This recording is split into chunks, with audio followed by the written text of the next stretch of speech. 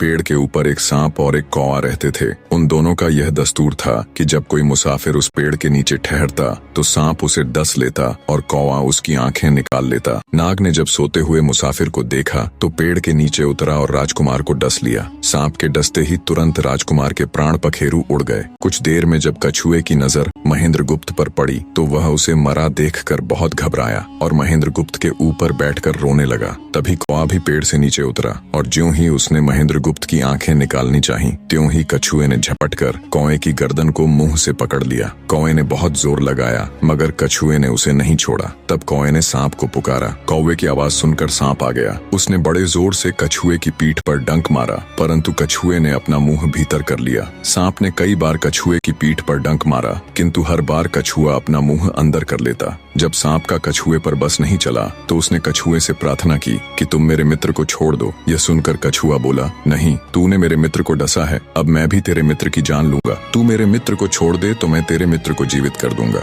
यह कहकर सांप ने काटी हुई जगह पर मुंह रखकर महेंद्र गुप्त के शरीर से विष खींच लिया और बोला, अब तो मेरे मित्र को छोड़ दे। कछुए ने जब राजकुमार को देखा कि उसे थोड़ा होश आ रहा है और उसका जहर उतर रहा है तो उसने कौवे को छोड़ दिया। जब महेंद्र गुप्त को होश आया तब कछुए ने उसे सांप के डसने का सारा हाल सुनाया। कछुए की बात सुनकर तुरंत महेंद्र गुप्त के मन में साधु की बताई पहली बात खटकी। सोचा, साधु की एक बात तो काम आई कि एक से भले दो होते हैं। मन ही मन उसने साधु को धन्यवाद दिया और आगे बढ़ चला। चलते चलते कुछ दिनों के बाद जब वे समुद्र के किनारे जा पहुंचे तब कछुए के बच्चे ने कहा, मित्र, मेरा देश आ गया है। यदि तुम कहो तो मैं अपने माता पिता से मिल आऊं। उनसे बिछड़े बहुत दिन हो गए हैं, वे बहुत दुखी होंगे। महेंद्र गुप्त ने उसे जाने की आज्ञा दे दी और स्वयं रात को वहीं समुद्र के किनारे उस जंगल में ठहर गया। जिस जंगल में राजकुमार ठहरा हुआ था उसी जंगल में वहां से कुछ दूर ही एक ठग का परिवार रहता था। ठग के 2 लड़कियां और 4 बेटे थे। उसकी बड़ी बेटी ज्योतिष विद्या जानती थी। जब भी कोई राहगीर, कोई यात्री उस जंगल से गुजरता और उसके पास कुछ कीमती होता तो ठग की बड़ी बेटी अपनी विद्या से जान लेती थी। आज फिर से उसे बहुत दिनों बाद बहुत से खजाने की महक आई। उसने अपने पिता से कहा, ऐसा प्रतीत होता है कि इस जंगल में एक पथिक आया हुआ है। उस पथिक के पास 4 लाल हैं। यदि तुम लोग उस पथिक को यहाँ ले आओ तो उससे लाल लेना मेरा काम है। यदि वे लाल हमको मिल जाएं तो हम जन्म भर के लिए निहाल हो जाएंगे, परंतु उस पथिक को मारना मत, उसे जीवित ही पकड़ लाओ। ठग अपने बेटों के साथ तुरंत उसकी तलाश में निकल पड़ा।